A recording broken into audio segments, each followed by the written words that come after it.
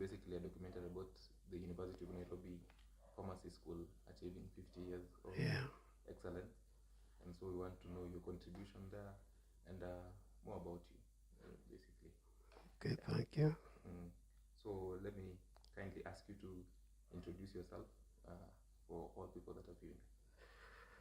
Okay, I'm Professor Charles Karemi Maitai. I was born in Nyeri, Teto Division, in a place called Wamagana. Okay, very nice. And where did you train to for pharmacy? Where and when? And how long was it back then? I wanted to go straight to... You wanted to go? Oh, with the first question? Yes. No, sure thing, sir. Okay, can I just, before I come to pharmacy, because that's... Okay, now, I went to a local school called Gathuthi. I was there from standard 1, 2, 3, and 4. I did common entrance examination. After that, I was called to Kagumo Government School. Now, Kagumo Government School comprised of teacher training, a high school, and then a primary school. Now,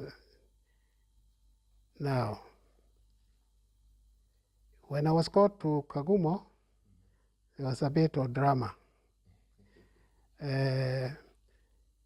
I was the only one from a whole region, maybe I would say about 3 square kilometers. So there was nobody else who was called to Kagumo, at least anywhere in the neighborhood. My grandmother was very upset. She did not understand why a small boy of 10 years was going to Kagumo, a far away school. 10 years? Yes, because I started school in 1950. So here I was, standard 1, standard 2, standard 3, 4. That is 1954. So she objected. I wanted really to know why I had to go, and there was a local school. Nobody seemed to know. So several questions were asked. Why was I the only boy going to Kagumo? Where would I be sleeping? Who would be cooking for me? Some people say, oh, there are women there who will be cooking for you and all that. But what really upset my grandmother is when she learned that there would be white people. Remember, this was during the Mau Mau.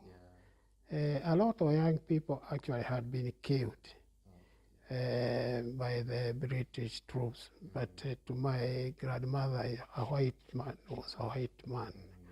So there was that issue, and it was not a small matter. It was taken very serious because question after question, nobody seemed to understand.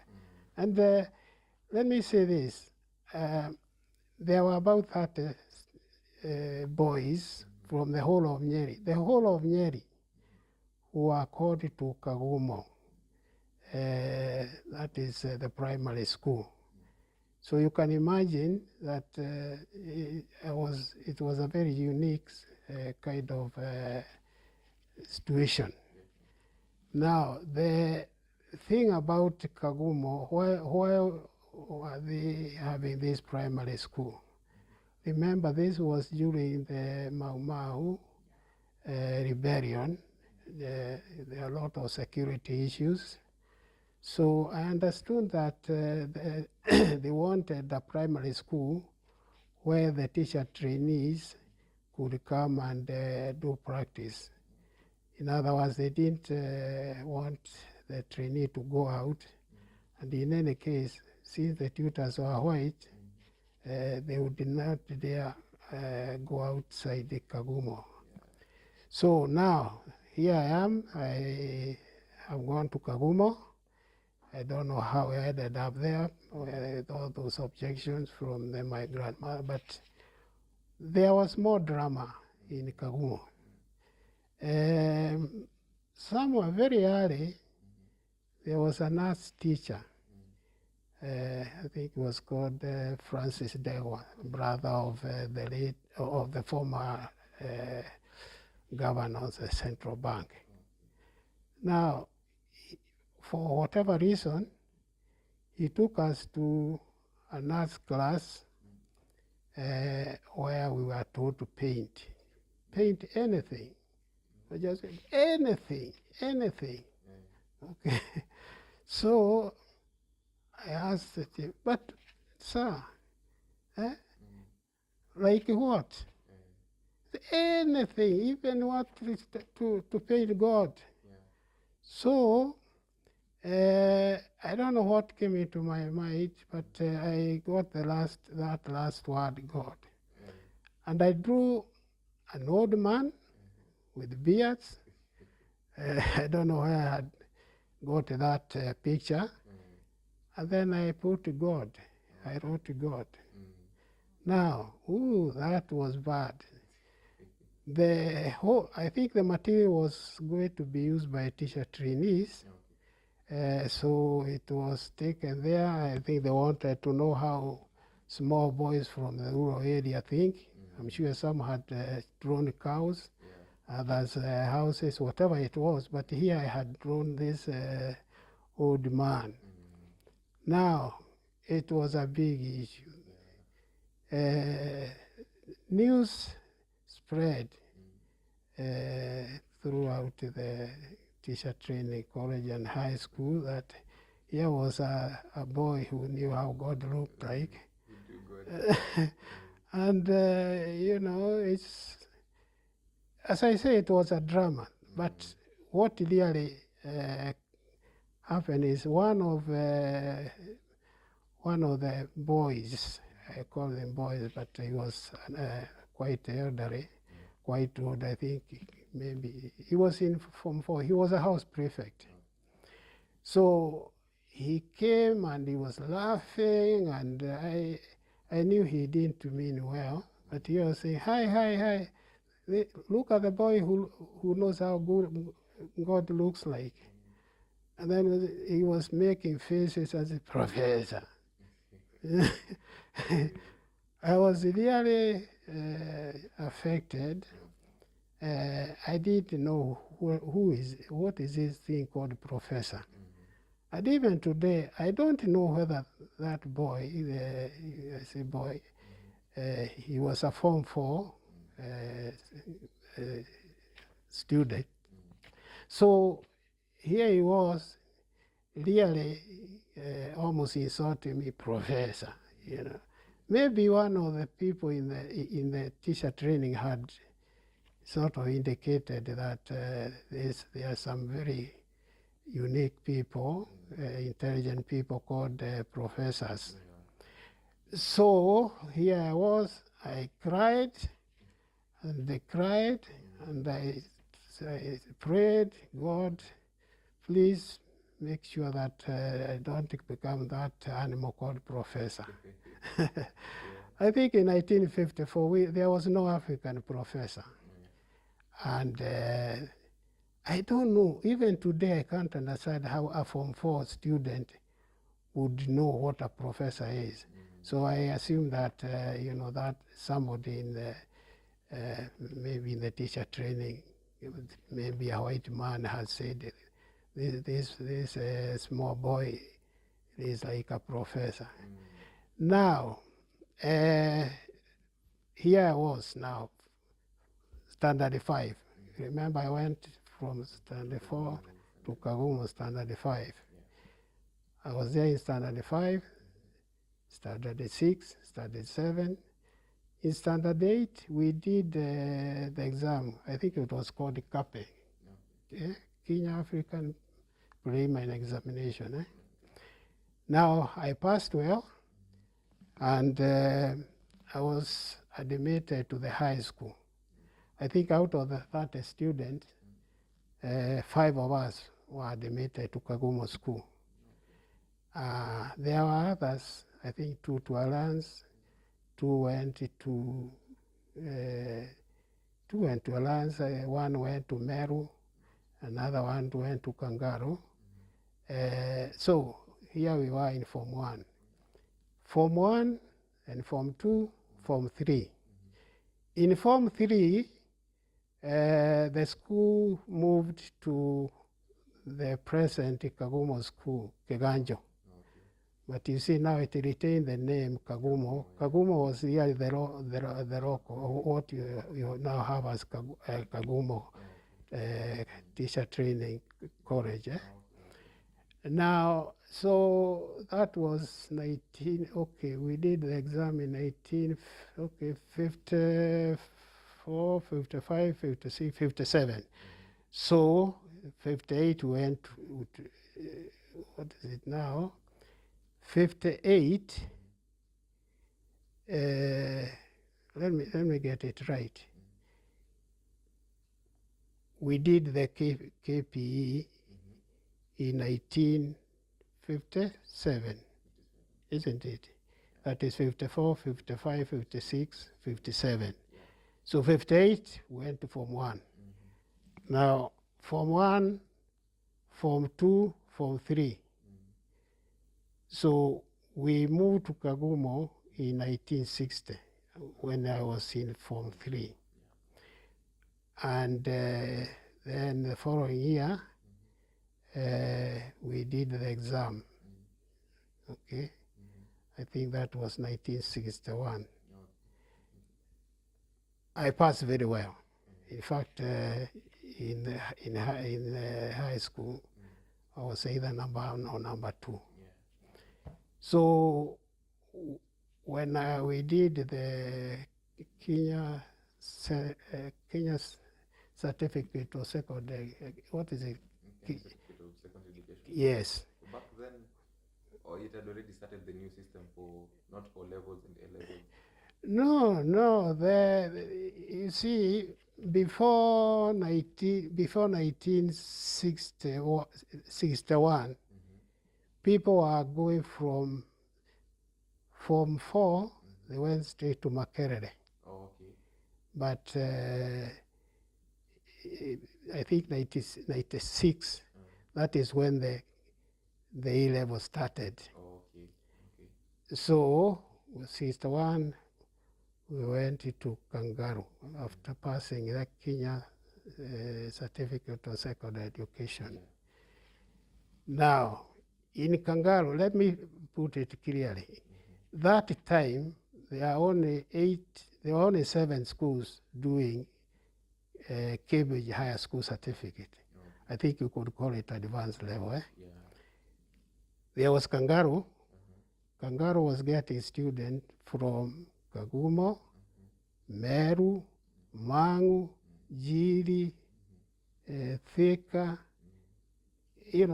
schools in the central area. Now, then there were other schools. There were 7 of them in the whole country. There was Kamusinga. There was Kamusinga in Western. There was Maseno, I think that's Nyanza. There was Chimolatewa at the coast. There was Alliance. I think there were I think the other one I'm forgetting is Stratmo. Now, each of those schools admitted 40 students, 20 science, 20 arts. So you multiply 40 for each school by 7, okay? 280. And that is the number of students who are doing higher Cambridge, higher school certificate. Okay. So when you compare that with the present situation, it's very striking. You only have to take, for instance, Mangu. It has 600 students. Actually, I studied at Mangu. Okay. Okay, I have got my grandson there, so I know I have some good idea. Now, in so Kangaro, I did Form 5, Form 6. Form 6, we did the A-level, or what we are calling Cambridge High School Certificate. I think it's something like that. After that, I was I got a scholarship to go to New Zealand. Okay. But I had in Form 6, I had actually applied to do medicine in Makerere. Yes. I did not withdraw that application. When I went to New Zealand, I was given a Commonwealth scholarship. And in fact, I got a demotion letter from Makerere when I was already in New Zealand. Actually, when I went to New Zealand, when I got this scholarship, I knew nothing about pharmacy. Nothing. I think that time, I can tell you there were probably no African pharmacists. Okay? Because even up to 1970, the number of pharmacists could be counted on one hand. Yeah, we were doing interviews with PSK, honorable fellows. Yes. And amongst the first ones was, I think, 1960s, late 60s, I think early 70s. Yeah, it's going abroad to study. Yes. Anyway, as I say, I was given scholarship to go and study pharmacy in New Zealand. The course, the Bachelor of Pharmacy in New Zealand was of 4 years duration. So I finished the 4-year Bachelor of Pharmacy course. I was awarded B.Pharm. I graduated among the top students. And the university wrote to the New Zealand government seeking permission to extend my scholarship so that I could do postgraduate course. Now the New Zealand government wrote to the Kenya government to be given permission, because I was supposed to come back after 4 years. And the government said, we have no objection. So that is what it was. After 2 years, during that 2 years, I did research and I got a Master of Pharmacy degree. My specialization for that was toxicology. So from there, I came back. I think that was 1969. I joined the government chemist as a forensic toxicologist. The moment I arrived, the government gave quit order to an expatriate who was heading that section. I worked there for 9 months. It was a very interesting time, because I remember this is the time Tom Mboya had been assassinated. And there were, I did analyze a lot of cases. I handled a lot of cases because, as I say, I was in forensic toxicology. Now, when I was there, there was somebody, a professor, was called Professor Sognen, who was teaching in Kabete. He was teaching pharmacology. So he came to me and he requested me to join him. And I agreed. The main reason was that I wanted to complete a PhD.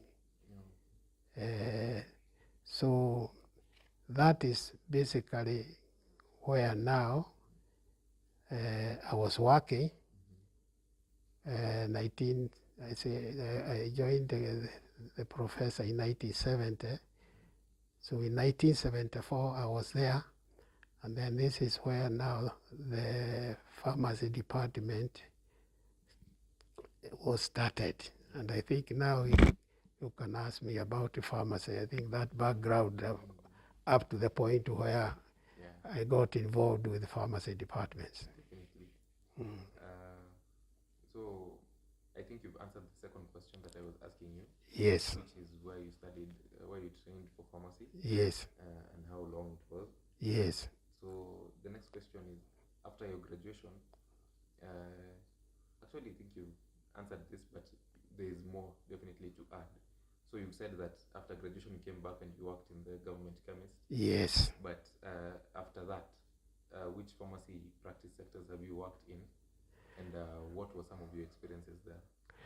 Well, having a master's degree in forensic toxicology, I would say that has had more or less put me out of the mainstream pharmacy. Because that now was a specialization. And obviously, as I say now, when I joined the university, I was teaching pharmacology. So this is in Kabete? Yes, in Kabete, Faculty of Veterinary Medicine. So from there, you can see now I joined the pharmacy. I've never really practiced pharmacy as such, but I'm a registered pharmacist. So I would say that now we can start where this Professor Sognen has recruited me. I'm in Kabete. And then the University of Nairobi decided to start a pharmacy degree. Okay. So, before we go on,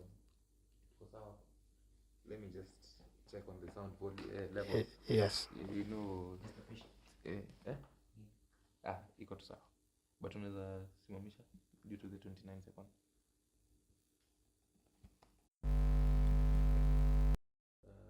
You've answered the other one correctly, perfectly, the other not correctly. Okay. So you curated this syllabus. Now, yes. In your role as the founder, chairperson of the Department of Pharmacy, briefly describe what you went about gathering the essential administrative and technical documents and recruiting the staff. You've given us a bit of that information, but now you've told us that this was sprung upon you by the president. Yes. So did you go to the authorities? How did you basically get up after this 2 years, because you gave yourself a bit of time? Yeah. Now the planning after 2 years, how to get the staff, how to get the place where pharmacy will be studied and all. Can you give us a... Yeah, now here we were, a student were comfortably being taught in the base in Faculty of Science, that is chemistry, Department of Chemistry, and other, and biochemistry, physiology were in the medical school. So what we did, remember that when we worked on this syllabus, we had a very short time. And I think it was sort of understood that in the future we would subject it to more scrutiny as we got much more information. So what we did, or what I did after becoming chairman of department, I wrote to several schools of pharmacy in Britain. Many, I think, London School of Pharmacy, Bradford, Nottingham, Sunderland, many of them, and even some schools in America and Europe. So we asked them to give us syllabus so that we can sort of compare with what we had, whether there was serious omission and all that. So some of them responded, and we got some very useful information. But generally, when you look at syllabus, it does not tell you everything. It sort of gives you broad outline, and that's quite okay because it is really the lecturer who fills in the details. Later on, I went on a study tour of Britain. I visited many schools of pharmacy there, I think about 6. I also went to Scotland. I think I visited Edinburgh, Heriot Watt University. And I got a lot of information because I interacted with the professors there, and I would ask pertinent questions. I would also observe how they were teaching, the laboratory, the resource material, and all that. So I came back, and obviously I didn't see any need to modify the syllabus. In any case, it had been approved by the Senate, so you couldn't just alter it without reference to the original one. So we let me say that during that time, the 2 years when these students were in Chiromo, they were in Chiromo, chemistry, biochemistry, physiology is in Chiromo.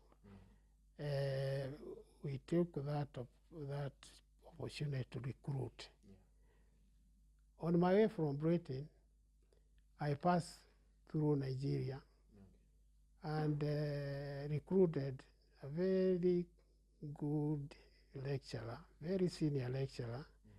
I have known about him through the publication and all that. I recruited him. In Britain, I had also made contact, so I also managed to recruit two lecturers. Locally, we took in some people, some graduates, pharmacy graduates, and then we recruited them as tutorial fellows. They worked on their research and got a master's degree. Now, by the time the student came to us after 2 years, these tutorial fellows had already finished their research and they had been awarded the master's degree. So immediately we absorbed them into the department as lecturers. So by the time the student came after 2 years, we had a good complement of staff. Not enough, but reasonably. So we were able now to start teaching what you may call the clinical subjects of pharmacology, pharmaceutical chemistry. And basically, we had some constraints, but we had to put up with that. You know, it's very difficult to recruit lecturers. Some of the others we had took a bit of time to recruit. So when the student came here after 2 years, we had some deficiency, you might say, but we went on recruiting. Soon after that, we got a Polish professor who was very good. We got other people from Bangladesh, I think, Bangladesh or Pakistan. So generally, that's how we went about recruiting. I don't know what else. What did you ask me about? It was, I think you've answered it sufficiently, because it was about recruitment and administration and the technical issues of setting up the new pharmacy school. Yes, because during that 2 years, we managed to buy some equipment. We also got physical facilities, which we use as offices and also laboratory. So by the time they came to us, we were reasonably settled. Okay. So what were from, just to piggyback on what you're going with, what were some of the strengths and weaknesses that the first cohort of the BPharm curriculum and were there any attempts to revise it when you are? Well, it's very difficult to talk about the strengths and weaknesses of a subject. I'm talking about now the teaching of, say, pharmacology, pharmaceutic, and all that, because you really must have a point of reference. Yeah. And in this case, when we started the pharmacy course, there was some sort of indication that the pharmacy profession had to change. I think I'll say more about that later. So there wasn't some sort of consensus that this is how we should do it. So when we talk about strengths and weakness, it may be difficult to say. Let me put it this way. There is a subject we call pharmacognosy, okay, which is also really, which you would call of pharmacy. Now, pharmacognosy is a study of crude drugs, usually medicinal plants, some animal products and all that.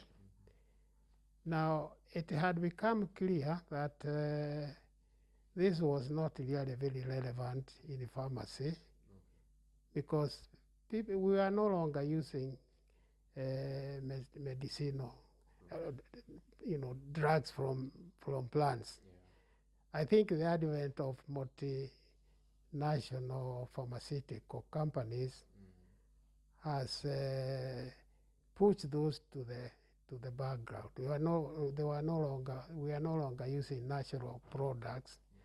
It was more of a synthetic product and all that. So in some universities, they were not teaching pharmacognosy, particularly in the US. In others, the pharmacognosy was supposed to be a very important subject. Even in the University of Nairobi, pharmacognosy is taught over 2 years. Now, the issue then was, there's this university which has said, discarded, or said the pharmacology is not important. Then the others who are still holding on to the subject. So, who is right? Would you call now teaching of pharmacognosy a weakness or a strength? Okay?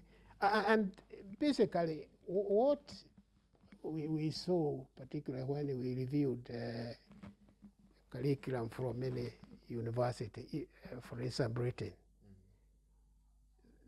The universities were not teaching the same material. There was quite a lot of difference. In fact, if somebody now comes from Britain and say, I got a degree from Britain, that would almost mean nothing. You would have to ask the person, which university?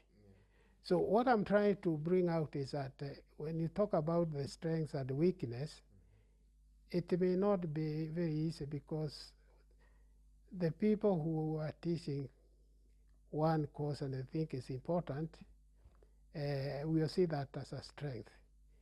Okay, the others who think it is old-fashioned and they don't want to teach it. So it's not very easy to talk of strengths and weakness. What is important is that in all those schools, there is a core, there is what you may call a core of knowledge, which is central, which must be taught. The others could probably be regarded as not very important and pushed to the peripheral.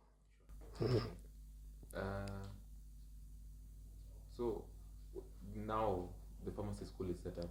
What was your role in the administration of the first batch of pharmacy students? When did they report, and did they find infrastructures ready, set up? You've told us that the human resource was there, yes, limited, but it was still there. Yes. So what was your role in the administration of the first students, and maybe a bit about infrastructure? Well, as soon as I was appointed chairman of the department, then I was involved in, running the department. Although the students were not there, we were doing quite a few things. Of course, you know that in the university, the main activity is teaching and research. So we were doing research, particularly because we had also these other tutors, the tutorial fellows, who I was supervising. They were doing research for their masters. So I would say that we were doing something. We were not teaching as such, but there was a lot of activities. Okay, even preparing like now.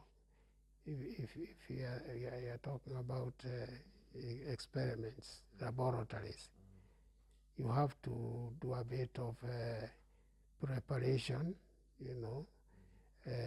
so there was quite a bit of activity, but the main activity of teaching started, I think, in 1976, when the student came to the School of Pharmacy as we know it today. Yeah. So, could you yeah, I think you asked about administrative. Now, in the university, the administration is done mostly from the dean's office. That is where they have administrators seconded from the main campus. These are registrars and all that. They handle the normal, some of what you may call non-academic issues, like leave, like whatever issues which fall outside the academic, sphere. So that much, in the department, we are not really involved with the administration. It is the dean's office. In the department, we have the technical staff, technicians in the different areas, and they work under the chief technician or principal technician. The chief technician or principal technician is answerable to the chairman.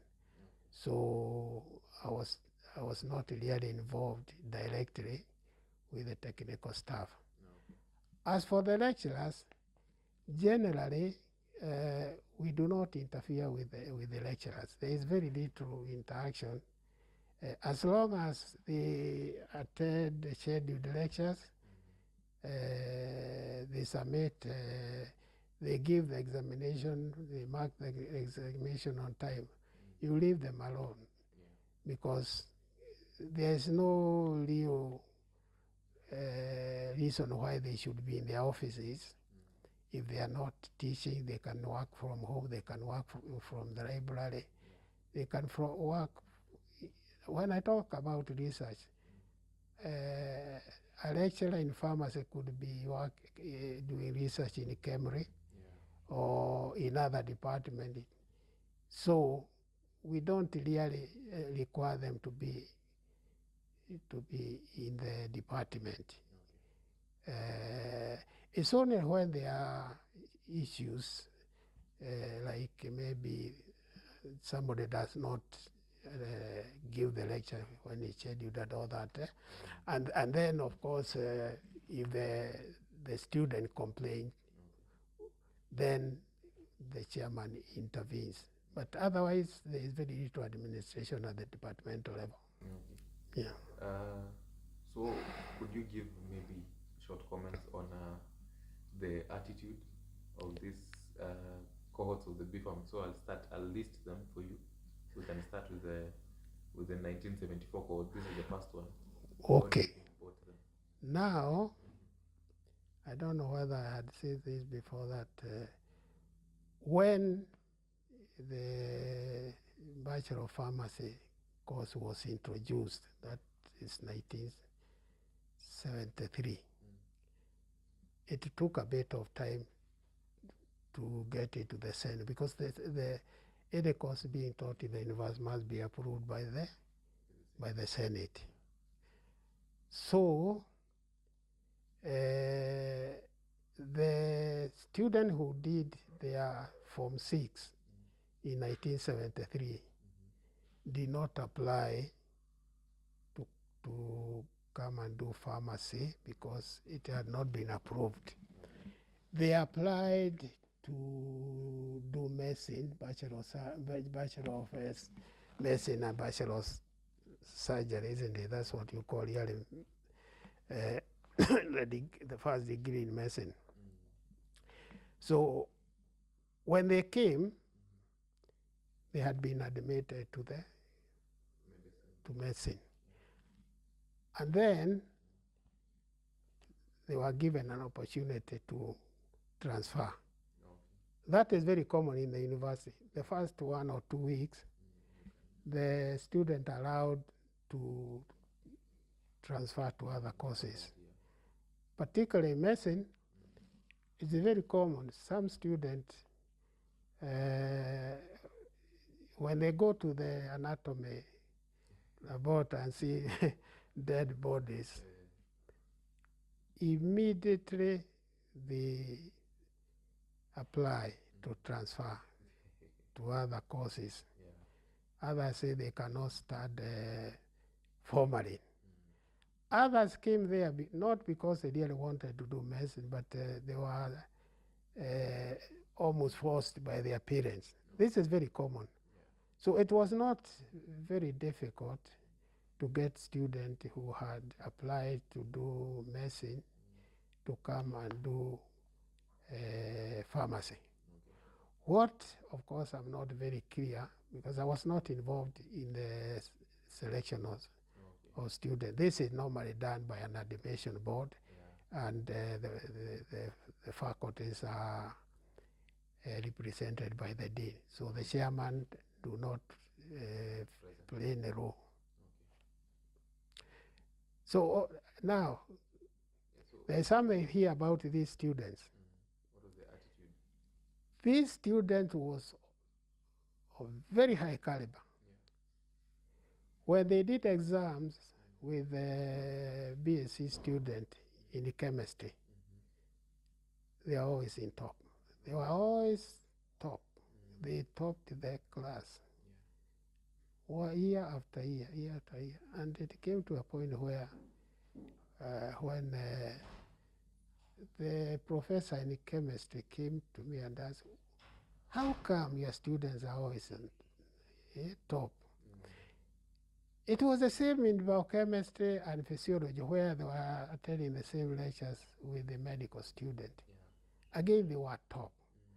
So basically, whatever methods were used to select these students, whether they themselves applied to transfer or whatever, they were very good students.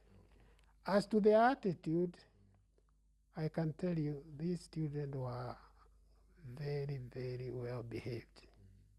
Okay? These students, unlike today, they never missed lectures. They never missed lectures.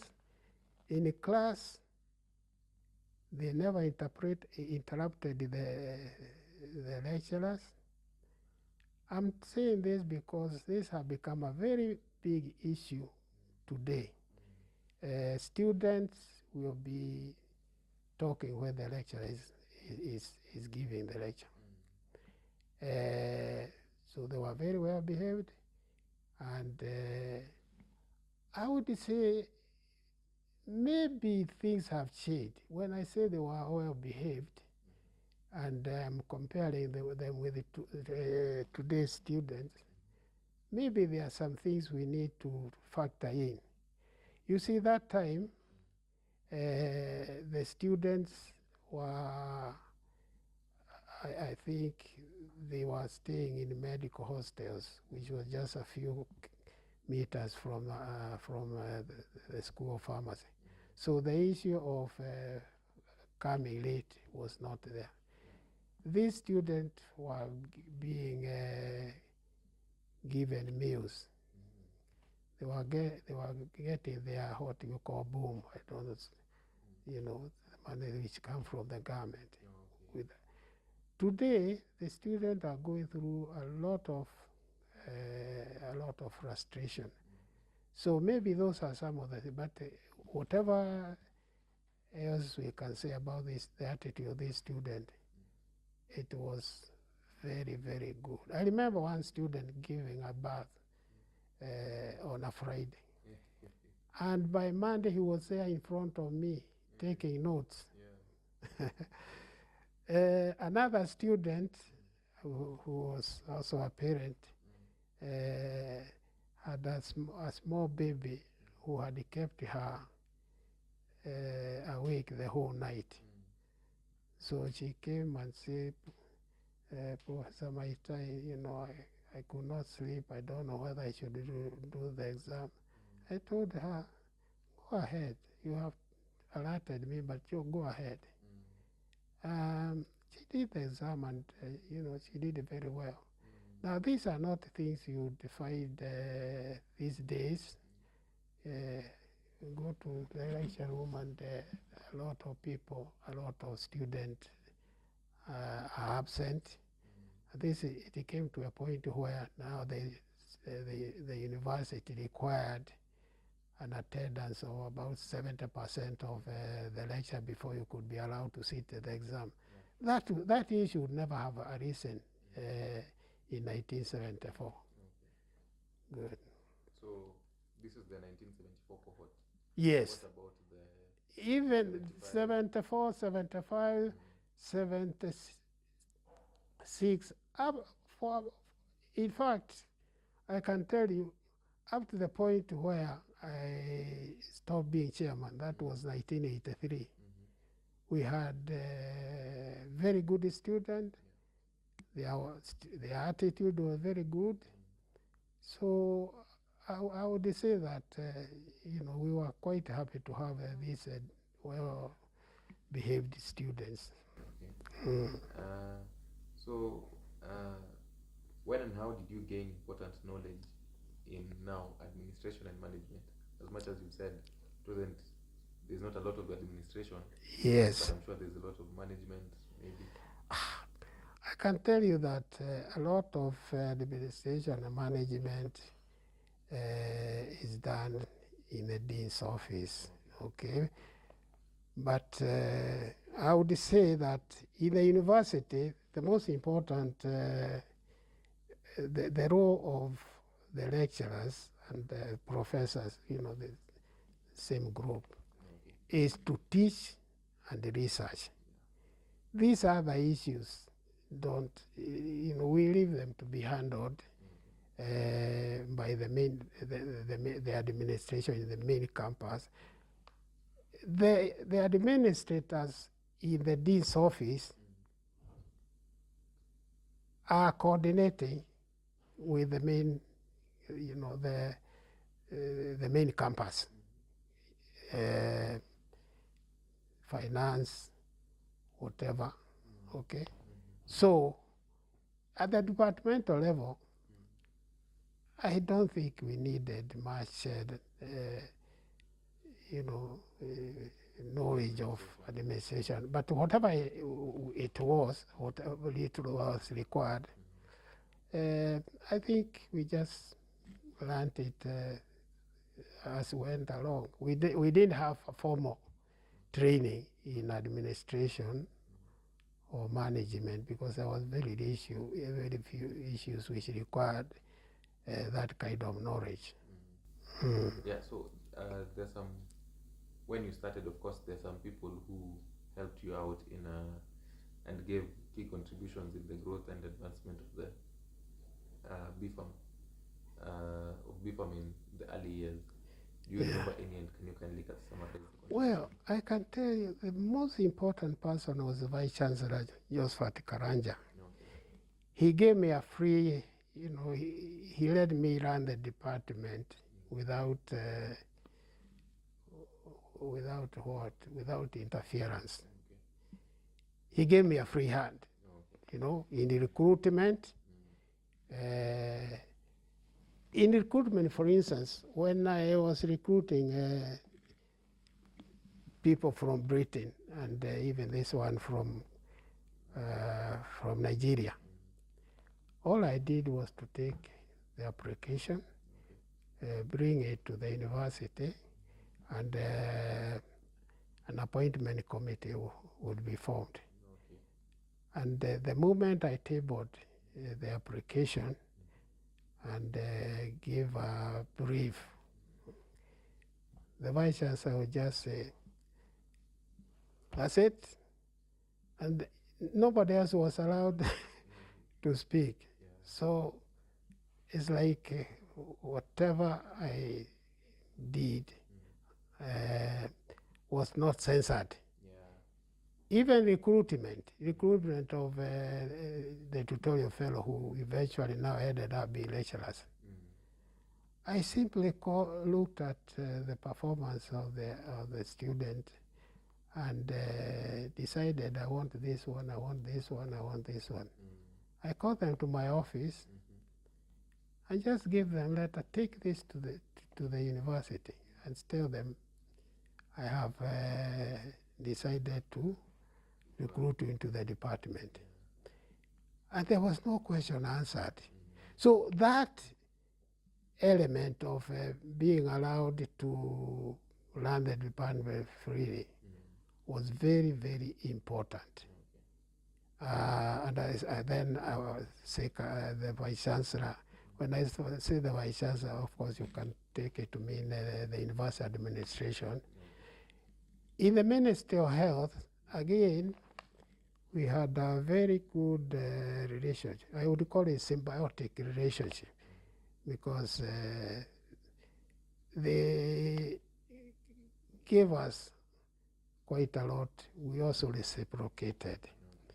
From the very moment the department was established, the Ministry of Health started very close interaction, seeking advice on policy matters, on technical issues. So I would say that the Ministry of Health really helped us. They made a very important contribution. More than that, they are the ones who gave us the physical facilities. The facilities we occupy now, and which were given to us, the first one were buildings which had been, that's where the School of Medicine started before they moved to the new department. And when the old Kenyatta wards were vacated because they moved to the new wards, we were given floors, 2 floors, 8 wards. Now, this was fantastic because a lot of people wanted to occupy those wards. But the Ministry of Health just said, take that, thank you. Why were they thanking us? We had helped them in many ways. They were sending drug samples to us for analysis.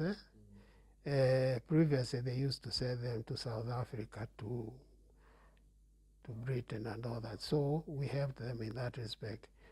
We were also very much involved in the policy decisions.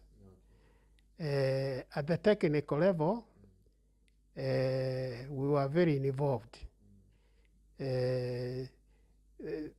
I was a chairman of a committee which worked on the essential drug list. I think now it has been revised many times. I was chairman, and then there were a few other members of the pharmacy department. When it came to drug registration, again I shared the committee, and we had members from the department. Of course, there were other members from the medical school, professors, and also maybe 1 or 2 people from administration. Then I was also appointed to sit in a committee of what was then called Central Medical Store, which today is called the KEMSA. They had very serious problems, and they looked up to us to give solutions. So I would say that we were, at one time it appeared that as if pharmacy was just an extension of Ministry of Health, because we are being consulted regularly, as if we were just part of them. And then they had a chief pharmacy, the minister, but we are interacting with the director of medical services, and then a permanent secretary and all that. That shows you the level at which we were operating. Yeah. Now, as for industry, did you ask about the industry? I asked what are some of the people who contributed to that? Yeah, okay. I mentioned the Vice Chancellor, more or less the administration. I mentioned Ministry of Health. But I must say that the students themselves, we were working under very difficult conditions. And those students could easily have rioted because they could see that we didn't have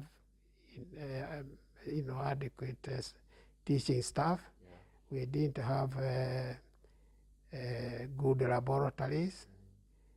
So they understood our situation, and then I think that's why I'm saying these students, among the people who supported us, we must put them in that category. If they were not cooperative, we would have had a lot of problems. In fact, when I was appointed, there was another chairman appointed to start bachelor dental surgery. He was a Nigerian called Dr. Ejide. He had so many problems that he finally gave up and went back to. If I had an alternative, I can tell you that I would probably have done the same. But I had burnt my boats. This was my country. I had nowhere to go. So I did everything to make sure that we succeeded. I actually overworked myself. At a particular point, I was not sleeping well. I went to a doctor in university medical services. I told him I'm not sleeping. And his solution was, don't overwork yourself. It's like, don't think. I said, that's not an option to me. I had to succeed. And that paid dividend as such, because after just 2 or 3 years, I was appointed associate professor. When I was chairman, I was senior lecturer. So I was appointed associate professor. And then another 4 years, I was appointed full professor. I became a full professor at the age of 40, which was very rare. And I think that was just an appreciation that, okay, we appreciate what you have done for the university. So actually that feeds into the next question, that what are some of your contributions to the growth and advancement of pharmacy training? You've answered parts of it, but what are some of the main ones that you consider the key contributions you made to this training? Well, I can tell you we had very, very many problems. I was able to sort out some of them, but obviously we needed time to overcome some of the problems. Now, the most important thing in the university is to have good, qualified academics members of staff. If you have a member of staff who is qualified, senior, and all that, that is half the problem solved, because he is the one now who will do the job.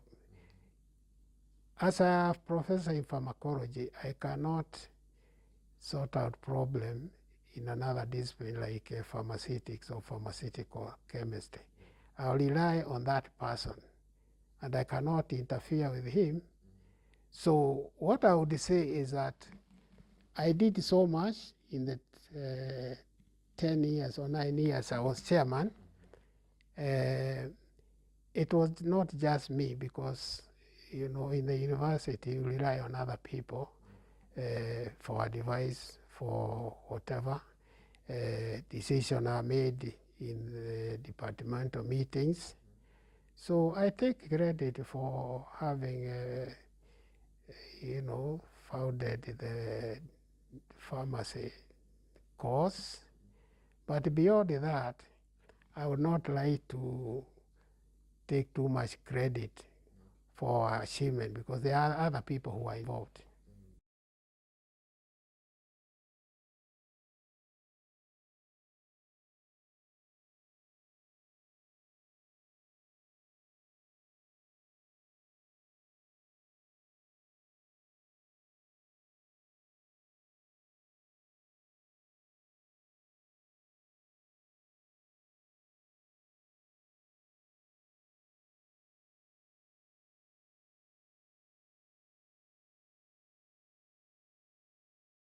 Says, highlight the contributions and networks you may have facilitated during your tenure to enrich teaching and research, which you've already sort of mentioned. Yes. For example, with getting new faculty, maybe any other you feel has been left out? Can you repeat that? Sure. Highlight the contributions and networks you may have facilitated during your tenure to enrich teaching and research. Okay. Now, we established working relationship with many universities in Britain and America. How did we go about it? We invited them, very senior professors who had made their name in the pharmacy profession, to come to University of Nairobi as external examiners. Now, when the external examiners come to the university, it is really to sort of validate or make sure that the marking is correct. Because here you give the examination, the lecturers in the department mark, but before it goes to the Senate, in fact, it goes to the faculty and then to the Senate. There must be a way of showing that the marking was fair. If the student have failed, the Senate must be convinced that it was not due to deficiency in the department. In other words, they were not taught properly and all that. In fact, the Senate will not allow a situation where some say 50% of the students have failed. You have to give reasons because they assume that the students are intelligent. So you allowed a margin of maybe 5%, 10%, but beyond that. So when you have external examiners and they give their report, it's a kind of assurance that what the department is doing is right. But beyond looking at the examination, they also look at the standard, they can get this particularly during oral examination where they are talking to the students because they are free to ask any question. They can sort of gauge the level at which you are teaching. They also look around to see your laboratories, the facilities and all that. But more important in their report, because they're required to write a report, they make certain recommendations. So by inviting these people, the external examiners, we gained a lot. Okay, so that's, and we were inviting external examiners from different universities, some from Europe, some from America. I think that is how we build the department, through their input. I don't know whether there is anything I have. You've answered that question sufficiently, thank you. So here also you mentioned quite a bit, but now this question is how did you engage the Ministry of Health, the Pharmacy and Poisons Board and the industry, not now in policy making but in training and mentorship of these students that you had, this new student? I think our relationship with the Minister of Health was sort of symbiotic. Maybe they gained more from us than we gained from them. But basically, we as I say, we wanted them to help us as far as physical facilities were concerned.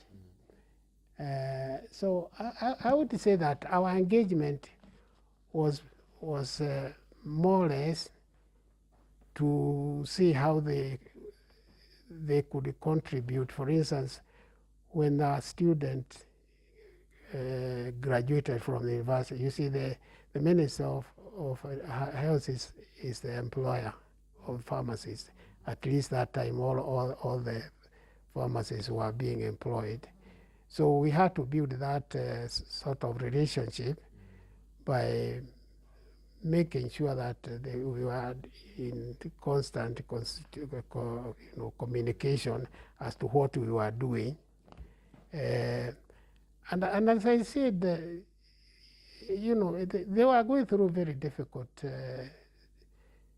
time, and they relied on us very much. So I don't know whether they are the ones who, we are the ones who benefited or the other way. But either way, as I said, we were serving in many of their committees.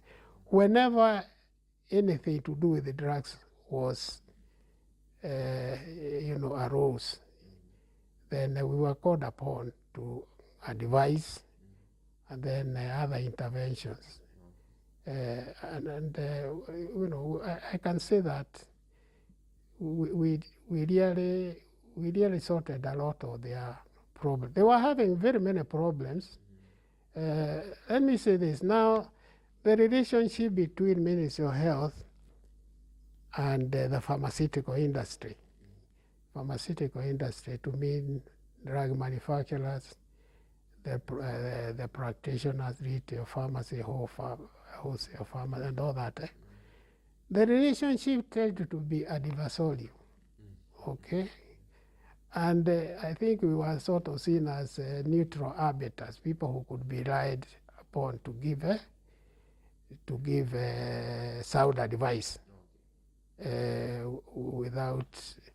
without you know, baggage. So we took that advantage, you know, that being regarded as a neutral, you know, arbiters. And I must say this, in my case, I was playing a role, very important role in policy decisions, also other, as I have mentioned, TED committees, what. I tried very much to make sure that I was not subjected to undue influence. And the way I did that was really to sort of distance myself from the pharmacy practitioners, because you can imagine now you are sitting in the TEDA committee or you are looking at a document and you have to make a very hard decision. If you have to tell somebody that we are not going to register that drug, and it is a drug which has been in the market for, he'll do anything to, you know, to influence you. So I said, no, I don't want to be influenced. And even today, I really have not, you know, I have not really interacted very much with the Pharmaceutical Society of Kenya, simply because of that fact. And I also must say that when we were starting the school of the bachelor, the pharmacy course, the pharmacists themselves, most of them, of course, not, there's no doubt, probably all of them were expatriates. Maybe there were some Kenyans, Indians, and all that, okay, with the Kenyan, you know, citizenship. But generally, they did not want the school of pharmacy to be, you know, to take root, because it basically meant that they were surrendering some of their influence. Yeah. So it's to some extent it was expected, but we also didn't take it very, very kindly. In fact, at one time they said the country did not need more than about 10 pharmacists. Can you imagine 10 pharmacists? Today, we have more than 5,000 pharmacists. Yeah. So there were those problems which we faced, and we did our best to circumvent them. Okay. Yeah. So now, during your tenure, I believe is when technology started coming in, yeah, to the country. So how did it affect training and learning? I can say without any doubt that at the time we started the School of Pharmacy, the digital technology was in its infancy. I think most of that came after 1990s. I don't know when, for instance, the laptops came to the market, or even the smartphone. So we didn't leverage much on technology, but now, of course, things are very, very different. Yeah. Now, you've been the chairperson of the University of Nairobi Pharmacy School. So the products, the students that you release into the market, Yeah. Can you briefly comment on their impact, both locally and globally? Well, this is really a story of success. All the lecturers and the professors in the School of Pharmacy, that's University of Nairobi, our students. In fact, some have retired. So that's big impact. Right now, there are about 9 universities which are offering pharmacy course, or rather the B.Pharm degree. Almost without exception, all of them are, the lecturers are our students. So if you look at the academic world, the universities, we have made a big contribution. And I would dare say that if I had to look at the syllabus of those students, it will mirror the image of that of University of Nairobi. That's to be expected. You know, every lecturer has that point of reference where he you know, where he did the schooling. So if somebody was in Britain, he reflect that background if it is in now. So I'm talking about now the academia.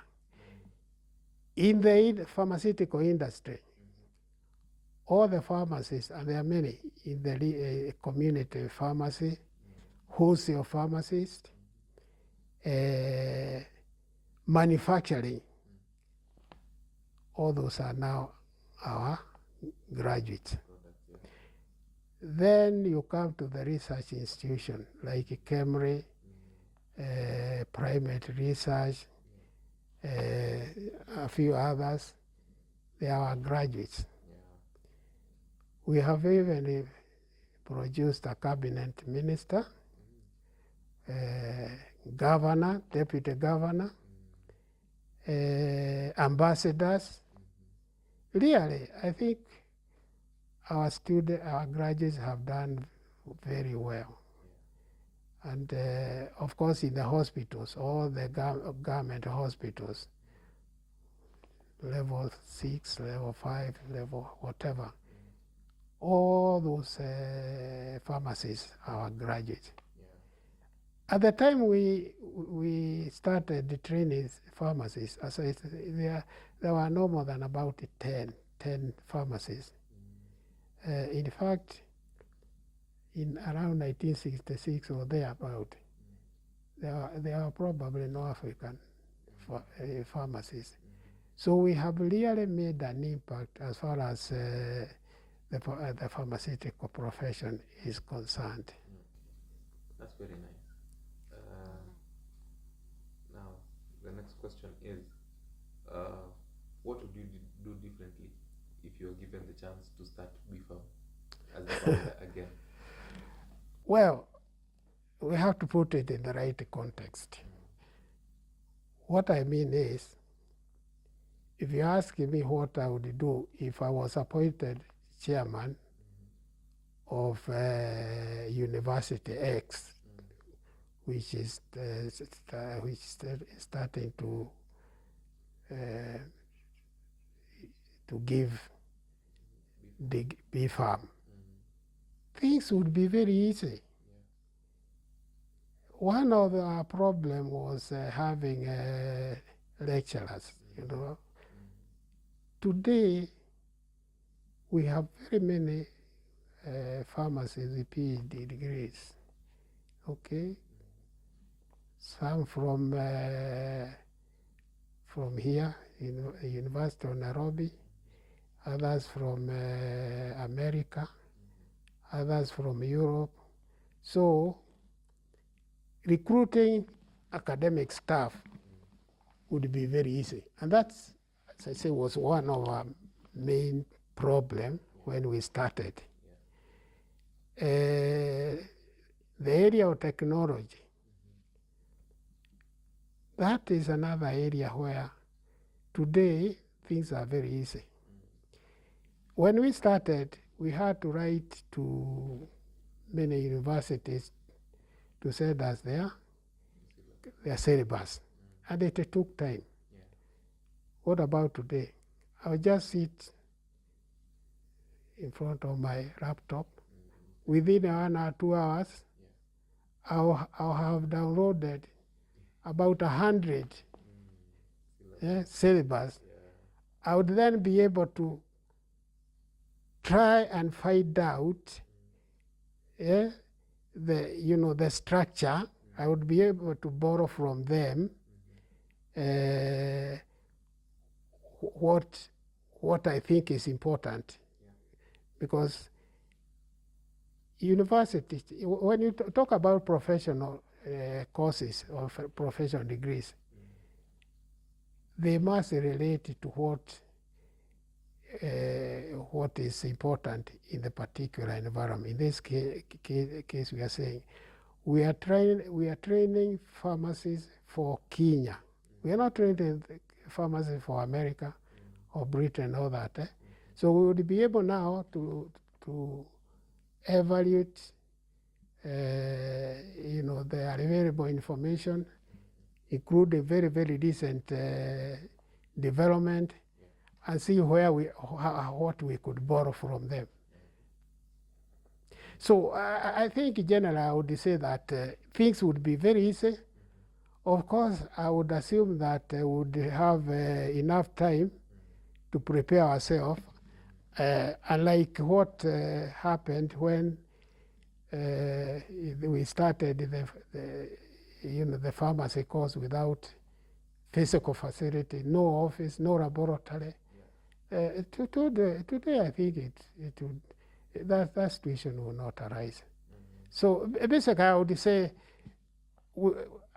I will not have the same problem we had when it started.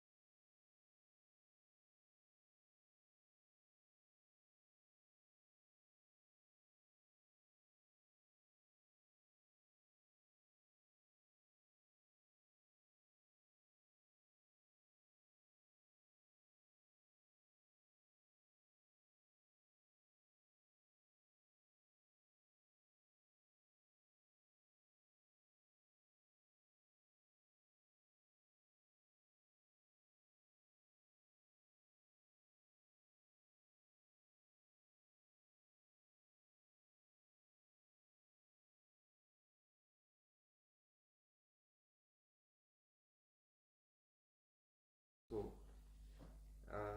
what is one thing you wish you would have done differently during your tenure in office?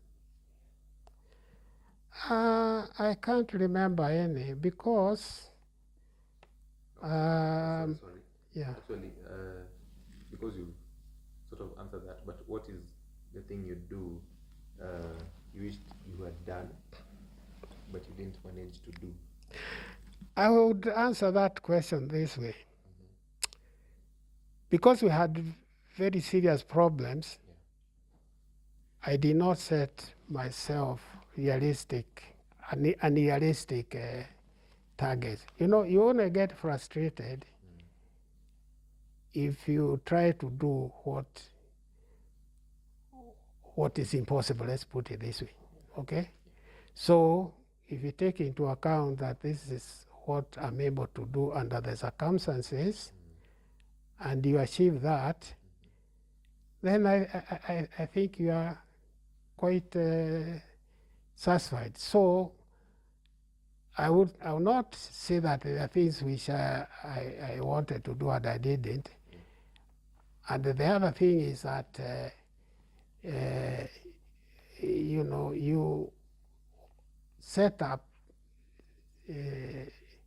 to achieve so much with a clear understanding that somebody else will come after you and continue from where you started.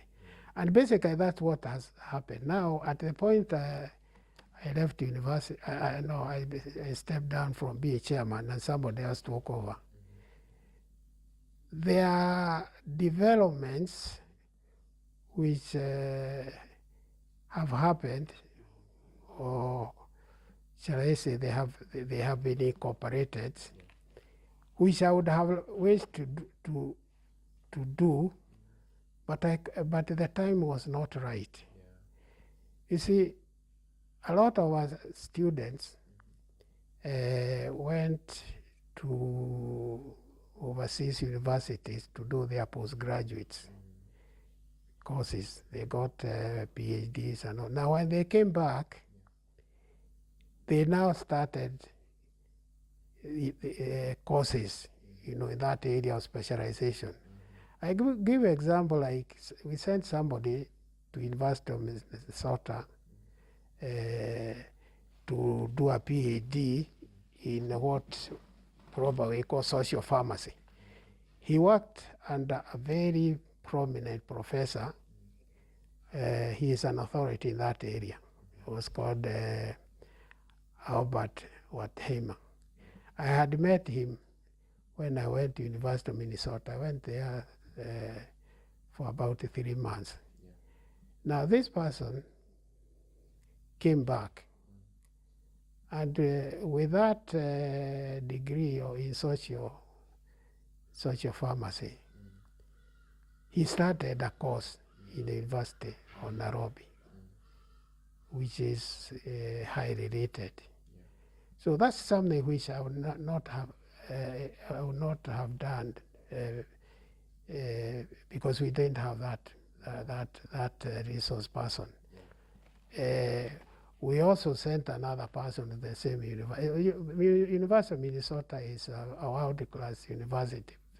The people there, the professors and all, they are world authority. So we sent somebody else there to do a degree, a postgraduate degree in clinical pharmacy. That is a subject which we had not incorporated in our syllabus. But when the person came, he was able to, to start a course. Those are things which I would never have done because I didn't have that caliber of staff with that specialization. Yeah. Thank you. In a nutshell, can you summarize the evolution in pharmacy training and practice in Kenya to date?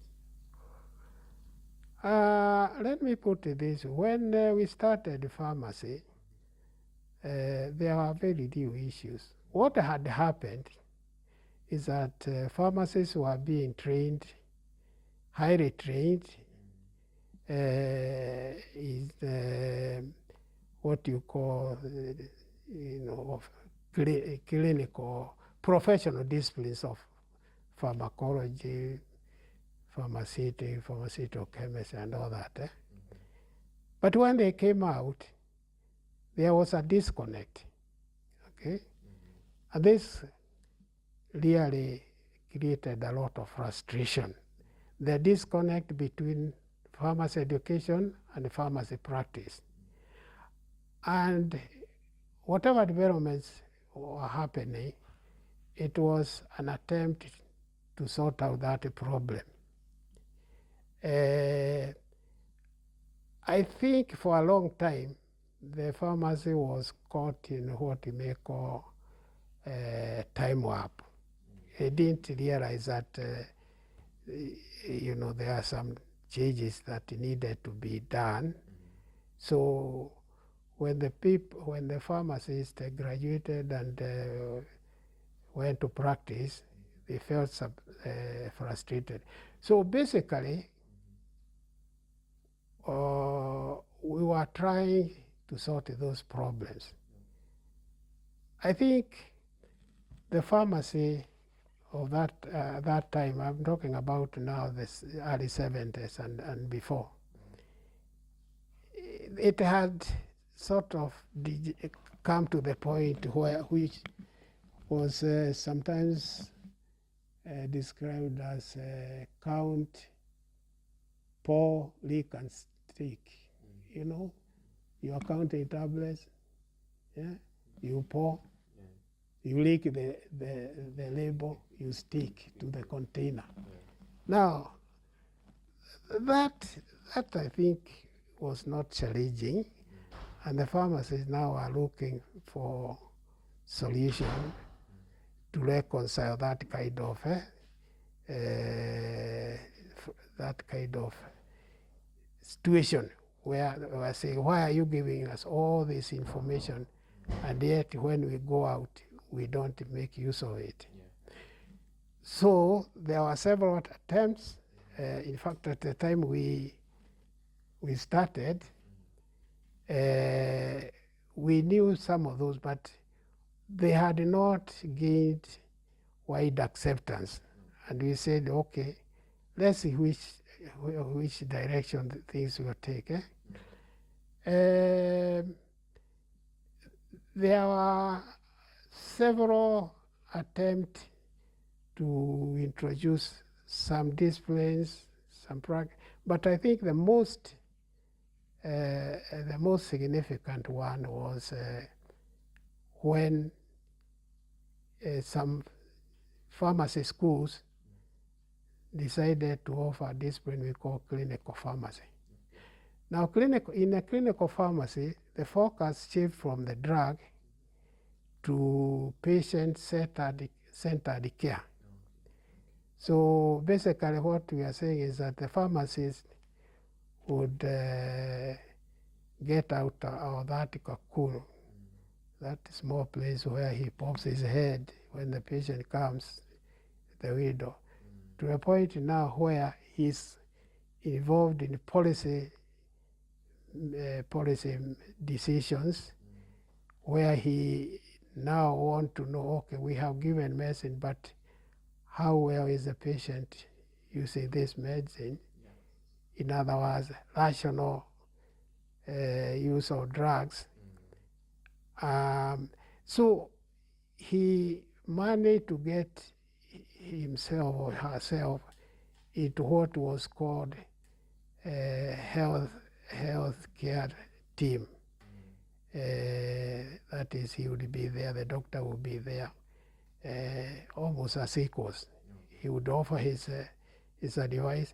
Initially, it was resisted, but eventually they accepted. In fact, when I went to Britain in 1976, they were ridiculing those development in America, the clinical pharmacists, that they were trying to produce third-class doctors.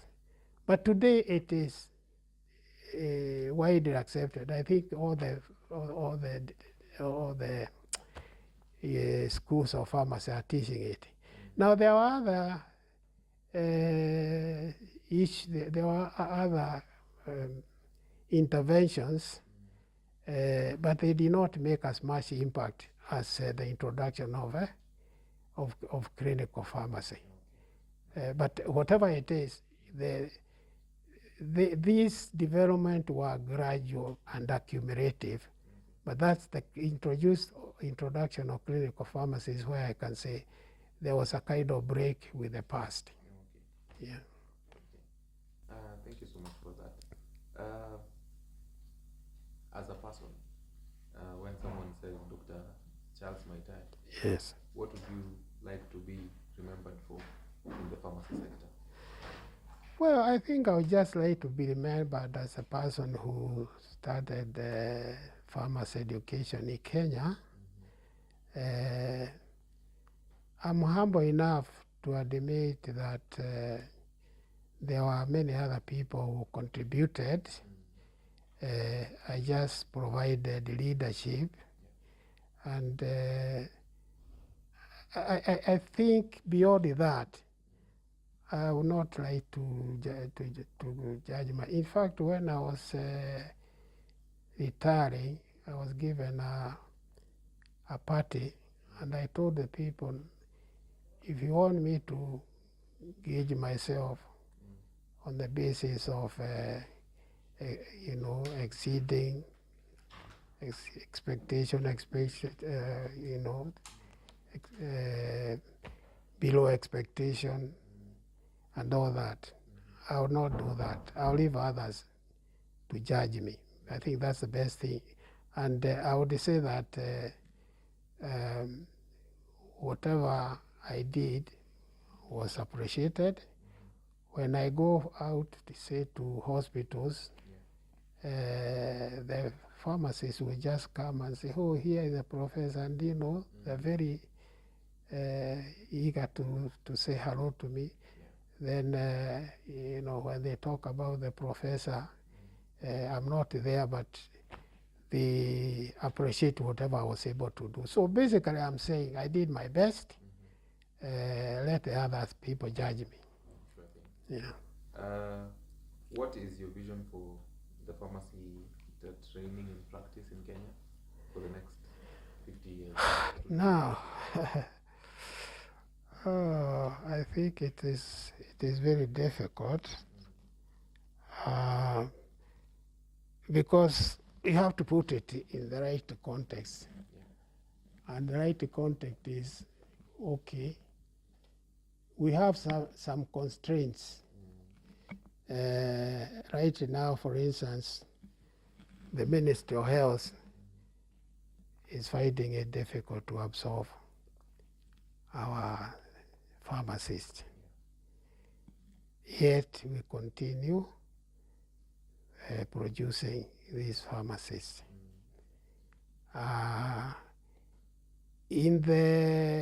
Out there in the private or the community pharmacies, again, obviously, when we started, there were a lot of opportunities, but we have produced quite many.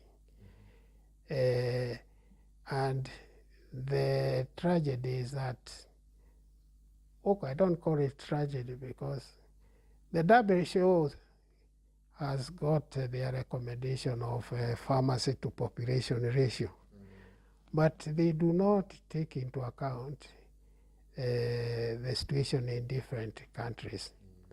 And clearly, although there is a need for pharmacists in Kenya, Britain, whatever, the situation is very different.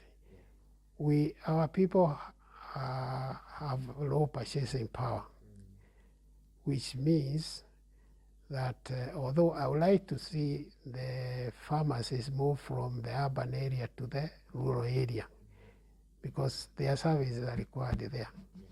But the truth of the matter is that the people in the rural area may not be able to remunerate them accordingly. So that now becomes a constraint. In the ministry, I would like to see pharmacists being deployed below level 4. I think they have now been deployed in level 4. They are also needed down in level 3, even level 2. Okay, the community needs their service. Yeah. But if the Ministry of Health is not able to absorb them, then that becomes an issue. So we are training pharmacists. We have done very well. All of them have been the government and have absorbed most of them. Others have been absorbed in pharmaceutical industries. And so others have gone out. We have now some of our graduates in America and Britain and all that, other countries, Lesotho, Namibia, and all that. But I'm more concerned about our pharmacists we are training. If they do not get an opportunity, they are not absorbed, to do their job, then sooner or later they'll become frustration. Some of these frustration are beginning to show, because when we started, the cutoff point for pharmacists was very high, almost at the same level as doctors. But now the cutoff point has come a bit down, meaning that probably the university, the course is not attracting as many students. The competition is less. So I think all in all, if we are not very careful, we are going to get into a situation of what I think economists may refer as a law of diminishing return. Thank you for that. And lastly, I'd like you to take this opportunity to send your message of congratulations and best wishes to the pharmacy alumni from the University of Nairobi, since this is 50 years and you've been there at the start, since the start.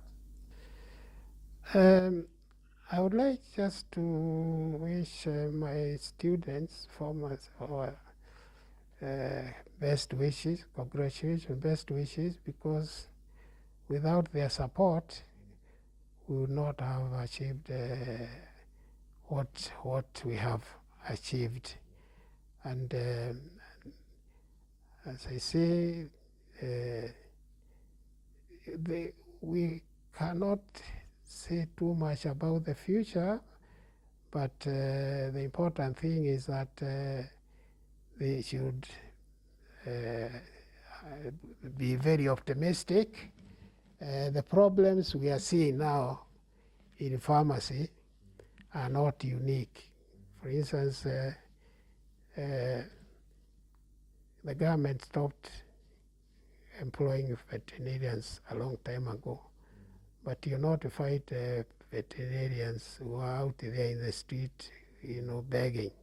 So let's just hope, let's be optimistic, but we don't know what the future holds. In a country like Kenya, there are many variables, and what that means is that this is our country. We have to live here, and therefore, even if there are problems, they should not run away from that. They should adopt,